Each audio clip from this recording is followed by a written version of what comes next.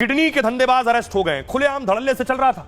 Kidney निकाल लेते थे, 5 लाख रुपए देते थे जिसकी किडनी निकाल रहे हैं, और 30 लाख रुपए लेते थे जिसको लगा रहे हैं, यानी 25 लाख कमा रहे थे। और इस मामले में दिल्ली के बहुत बड़े अस्पताल की बड़ी डॉक्टर गिरफ्तार हो गई। अगली तस्वीर दिखाऊं मैं आपको। ये वो लोग हैं जिनको गिरफ्तार किया गया। पूरा नेटवर्क है।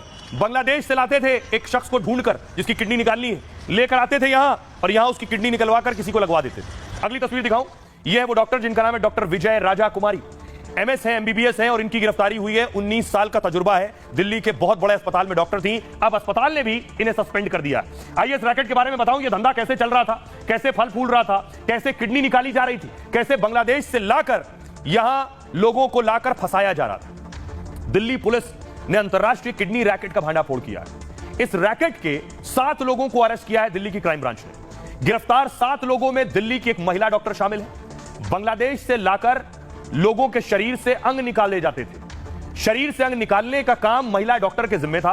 5 लाख में किडनी खरीदकर 30 लाख रुपए में बेच दी जाती थी। 2021 से 2023 तक डॉक्टर ने 15-16 ऑपरेशन कर लिए, यानी करीब 16 लोगों की किडनी निकालकर बेच दी गई।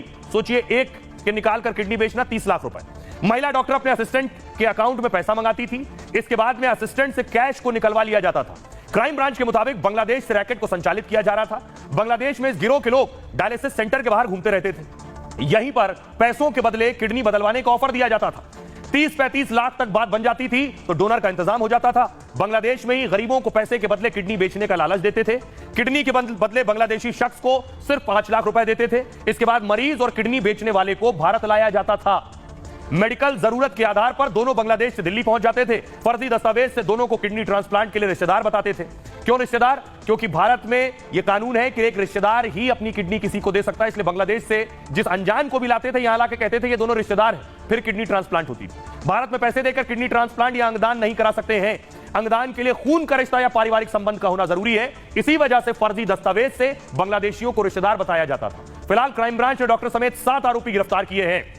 सुनिए क्या कुछ कह रहे हैं इस मामले में होटल का स्टाफ और डीसीपी क्राइम। 16 जून को यहाँ पे टीम पहुंचती है, दिल्ली पुलिस की क्राइम ब्रांच टीम पहुंचती है। इसी रूम पर फिर रेड पड़ता है। यही रूम था 001। अच्छा, तो कितने लोग मिले थे यहाँ से पुलिस को? वो हम तो रात में, हम तो ड्यूटी मेरा खत्म हो गया था। तभी हम रूम पे। क्या बता रहे थे, कितने लोग मिले थे? वो तो हमको पता ही नहीं है। तो यहाँ पे कौन हुआ था? मतलब वही बांग्लादेश से आए जो पेशेंट थे यहाँ पे? हाँ, पेशेंट थे।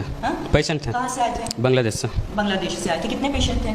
वो तो हमको पता ही नहीं है। क्राइम ब्रांच ने एक अंतर्राष्ट्रीय ऑर्गन ट्रांसप्लांट रैकेट को भी बस्ट किया है, जिसमें 7 लोग गिरफ्तार हुए हैं। इसमें मास्टरमाइंड बांग्लादेशी नेशनल्स थे। डॉक्टर का क्या रोल है? डॉक्टर, हाँ, उनका पूरा रोल है कि उनको पता था कि ये ब्लड रिलेशन में नहीं थे और फिर भी वो उसकी सर्जरी कर रहे थे और उसमें पूरा उनका कॉन्स्पिरेसी आई है। सर, क्या लोग हॉस्पिटल में ही करते थे ट्रांसप्लांट जो? हाँ जी, हॉस्पिटल में। और कितना इसमें जो महिला जो डॉक्टर है कौन से हॉस्पिटल से जुड़ी हुई थी, क्या? वो अभी एक हॉस्पिटल से जुड़ी हुई थी। 2 हॉस्पिटल का नाम है आगे और उसमें देख रहे हैं।